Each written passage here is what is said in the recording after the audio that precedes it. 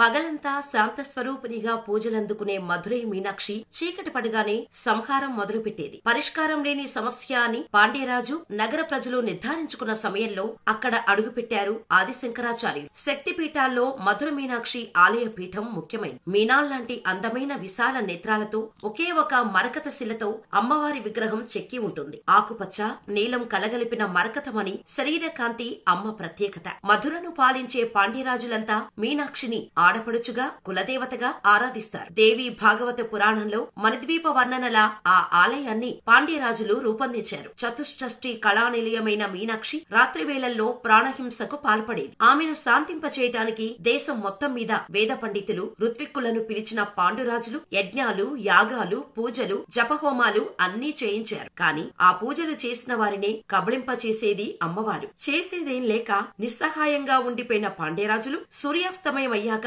నగరంలో ఎవ్వరూ తిరగకూడదంటూ నిషేధాజ్ఞలు విధించారు. ఆ మాట ధిక్కరించి ఎవరైనా బయటకు వస్తే అమ్మవారి కోపాగ్నికి ఆహుతైపోవాల్సిందే. అక్కడ క్షేత్రపాలకుడు అమ్మవారి అర్ధభాగమైన సుందరేశ్వరుడు కూడా అంతా చూస్తుండిపోయారు. దేవేరి ప్రవృత్తి మార్చటానికి ఏమీ చేయలేకపోయాడు. తన శరీరంలో అర్ధభాగమైన అమ్మవారిని అవమానిస్తే తనను తాను అవమానించుకోవడమే అని భావించాడు. అలాంటి సమయంలో మధురలో అడుగుపెట్టారు ఆదిశంకరాచార్యులు. అత్యంత భక్తి శ్రద్ధలతో ఆహ్వానించిన పాండ్యరాజు సకల మర్యాదలు చేశాడు. అయితే ఈ రోజు రాత్రి తాను మధుర మీనాక్షి ఆలయంలో ధ్యానం చేసుకుంటాను అన్న ఆదిశంకరాచార్యుల మాట విని పాండ్యరాజు వణికిపోయాడు. వద్దు స్వామి, మేము చేసుకున్న ఏ పాపమో ఏ శాప ఫలితమో చల్లని తల్లి రాత్రివేళ తామస శక్తిగా మారి కంటికి కనిపించిన ప్రాణిని బలి తీసుకుంటోందని రాజ్యంలో జరుగుతున్నదంతా చెప్పాడు. అంతా విన్న శంకరాచార్యులు సన్యాసులకు గృహస్థుల భిక్ష స్వీకరించే వరకే ఉండాలి కాని ఆ తర్వాత ఆ ఇంట ఉండరాదని చెప్పి జగన్మాత ఆలయానికి వెళతాను అని అడ్డు చెప్పొద్దన్నారు. దివ్య తేజస్సుతో వెలిగిపోతున్న ఈ బ్రహ్మచారిని ఇక చూడనేమో అని పాండ్యరాజు ఆవేదన చెందాడు. ఆదిశంకరాచార్యను ఆలయంలోకి తీసుకెళ్లి తిరిగి అంతఃపురానికెళ్లాడు. పాండ్యరాజుకు ఆ రాత్రంతా నిద్రలేదు. యువ సన్యాసిని అమ్మవారు బలి తీసుకుంటుంది, ఆ పాపం నా వంశాన్ని పట్టి పీడిస్తుందని బాధపడసాగాడు. చీకటి పడింది. గర్భగుడికి ఎదురుగా ఉన్న విశాలమైన మండపంలో పద్మాసనం వేసుకుని ఆదిశంకరాచార్యులు ధ్యానంలో కూర్చున్నారు. గర్భగుడిలో అమ్మవారు అత్యంత ప్రశాంతంగా కరుణారసాన్ని కురిపిస్తున్నట్టుంది. అప్పటి వరకు అక్కడి వాతావరణం ప్రశాంతంగా ఉంది. ఉన్నపాటుగా ఆలయంలోని గంటలన్నీ వాటంతటవే మోగసాగాయి. ఆలయం మొత్తం దీపాలు వెలిగాయి. గర్భగుడిలో ఉన్న అమ్మవారు మెల్లగా లేచి నిల్చుంది. అర్ధనారీశ్వరుడి వైపు తిరిగి నమస్కరించింది. అడుగులో అడుగు వేస్తోంది. ఇంతలో ఎదురుగా విశాలమైన మండపములో ధ్యాన సమాధిలో ఉన్న యోగిని గమనించింది. ఎవరితడు ఇంత తేజస్సుతో బాలశివుడిలా ఉన్నాడేంటి? తనని చూస్తే అమ్మ ప్రేమ పెళ్లిబుకుతుందేంటి అని అమ్మవారు తనకి తానే ప్రశ్నలు సంధించుకుంది. కాని ఇదంతా గర్భగుడి గడప దాటే వరకే. మరుక్షణం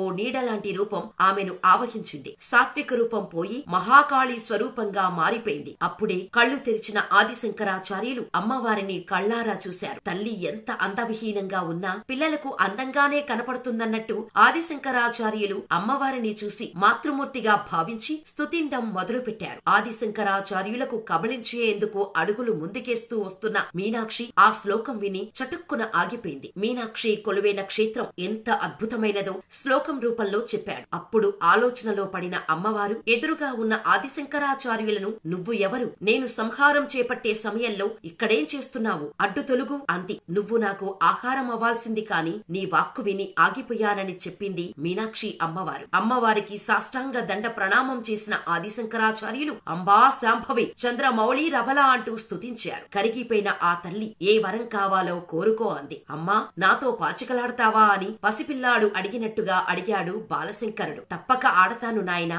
కాని ఆటన్నాక పందెం ఉండాలిగా, అందుకే ఓ నిబంధన పెడతా అంది మీనాక్షి. నేను ఓడిపోతే నా భర్త ఆజ్ఞ మేరకు సంవత్సరకాలం నడుచుకుంటాను. నువ్వు ఓడిపోతే నేను వేసే ప్రశ్నలకు వివరంగా విసుక్కోకుండా సమాధానం చెప్పాలంది. ఆ ప్రశ్నలకు సమాధానంగా వచ్చినవి దేవతా స్తోత్రాలు, కవచాలు, సహస్ర అష్టోత్తర శతనామ స్తోత్రాలు. అమ్మా, ఆటలో నువ్వు ఓడిపోతే ఈ సంహార కార్యక్రమం ఆపేయాలి. నేను ఓడితే ఆహారమవుతా అన్నాడు శంకరాచార్యుడు. అదే సమయంలో పరమేశ్వరుడి నుంచి ఓ కాంతి కిరణం మెరుపులా వచ్చి ఆదిశంకరునిలో ప్రవేశించటం ఆ తల్లి గమనించలేదు. పాచికలు సృష్టించిన అమ్మవారు చిన్నవాడివి కదా, ఆట మొదలుపెట్టు అంది. పరమేశ్వరుడితో తప్ప మరెవరితోనూ పాచికలాడని తల్లివి, సాధారణ మానవుడినైన నాతో ఆడటానికి అంగీకరించావు. అందుకని ఈ రాత్రి జరుగుతున్న వర్తమాన కాలం చాలా విలువైంది, మహోత్తరమైంది. అర్థమైంది అన్నారు శంకరాచార్యులు. నిన్ను స్మరిస్తూ ఆడుతాను తల్లి అంటూ ఆట మొదలుపెట్టారు శంకరాచార్యులు. సృష్టి స్థితి లయలను నేను నిర్వహించగలనన్న గర్వంతో ఉన్న ఆ తల్లి కళ్లల్లో చూపుల్లో ఎరుపుదనం అహం కనిపించాయి. విజయం నాదే కదా అంది మీనాక్షి అమ్మవారు. పరాజయం ద్వారా పొందిన అవమానం ధైర్యం దైవం యొక్క పాదాలను పట్టుకునేలా చేస్తోంది. ఇది మాత్రం విజయం కాదా తల్లి అన్నాడు ఆదిశంకరాచార్య భక్తి పారవస్యంతో అమ్మవారికి మొక్కుతూ. అమ్మవారు దిగ్భ్రాంతి చెందారు. నాయనా,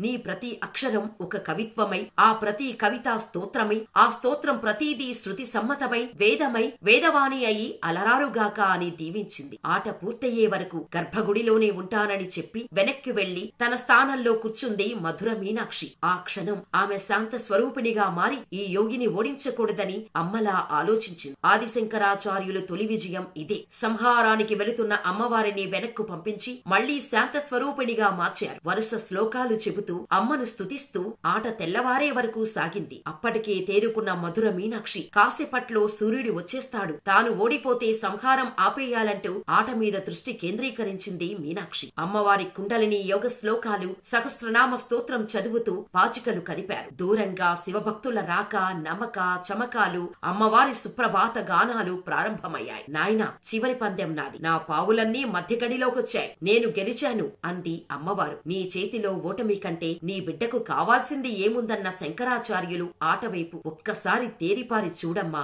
అక్షర సంఖ్యా శాస్త్ర పరంగా మంత్ర శాస్త్ర పరంగా గెలుపు నాది అన్నారు. నవావరణలతో కూడిన శ్రీచక్ర రూపం. శ్రీచక్రంలోని ఉగ్రబీజాలు మాయమై నీలో తాత్కాలికంగా ఆవహించిన తామస శక్తి మాయమై శ్రీచక్రం నీ దేహమైతే సహస్రనామావళి నీ నామం. నీ అపార కరుణతో ఈ రాత్రంతా నా తపస్సు ధారపోసి నేను ఏర్పరిచిన శ్రీ చక్రరాజాన్ని నీవు తిరస్కరిస్తావా? నీవు చేసిన ఈ సృష్టిని నీ ఉనికిని నీవే అర్ధరహితమని నిరూపిస్తావా? అలా చేస్తే ఆస్తికత ఉండగా నాస్తికత ప్రబలి సర్వ సృష్టి నాశనమవుతుందని చెప్పి ఆగిపోయారు ఆదిశంకరాచార్యులు. అప్పటి వరకు పాచికలు ఆడేందుకు గీసిన గడులు శ్రీచక్రమని కాని తనను అందులో బంధించాడు కాని అమ్మవారు గుర్తించలేదు. అప్పుడు కళ్ళు తెరిచిన పరమశివుడు, దేవి, నీ అహాన్ని నీ తామస స్వభావాన్ని అదుపు చేయలేకపోయాను. ఎందరో నిర్దాక్ష్యంగా బలైపోయారు. ఈ ప్రాణి కోటిని రక్షించేదెవరు? నీ తామస శక్తినెవరూ జయించలేరు. నేను చేస్తే నా అర్ధ శరీరాన్ని అవమానపరచటమే అవుతోంది. అందుకని సకల దేవతలు నేను సాక్షిభూతాలుగా ఉండిపోయా. నీ తామస శక్తిని అదుపు చేయగల యంత్రాన్ని మంత్రపూతంగా చెయ్యాలి. అందుకు ఒక కారణ జన్ముడు దిగిరావాలి. ఏ మలినం అంటని బాల్యంలోనే సన్యసించి సర్వదేవతా సాక్షాత్కారం పొంది మంత్రదష్టగా మారాలి. నీ అనుగ్రహానికి పాత్రుడే నిన్ను తన మాతృ ప్రేమతోనే జయించగలగాలి. అందుకే ఆ సమయం కోసం వేచి ఉన్నాను. ఇతడు నా అంశంతో జన్మించిన అపర బాల శంకరుడు. నీరాడంబంగా సాగించిన అతని పర్యటన యొక్క ఉద్దేశం అతని హృదయానికి పరమశివుడైన నాకు మాత్రమే తెలుసు అన్నాడు శివుడు. అప్పుడు అమ్మవారి ముఖంలో ప్రశాంతత చోటు చేసుకుంది. ఆలయంలో రాత్రి ఏం జరిగిందో అనే భయంతో పాండ్యరాజు తెల్లవారేసరికి పరుగులు తీశారు. అక్కడ కనిపించిన దృశ్యం చూసి ఆశ్చర్యపోయాడు. శ్రీచక్రానికి కాస్త దూరంలో నిల్చున్న పార్వతీ పరమేశ్వరులను స్తుతిస్తూ ఆదిశంకరాచార్యులు కనిపించారు. అప్పుడు పరమేశ్వరుడు, ఆదిశంకరుల శ్రీచక్ర ప్రతిష్టతో మీ ఇంటి ఆడపడుచైన మీనాక్షి ఇక రాత్రివేళ తామస శక్తిగా మారదని పాండ్యరాజుకి అభయమిచ్చాడు. అందుకే శ్రీచక్రాన్ని దర్శించినా స్పర్శించినా న్యాయబద్ధమైన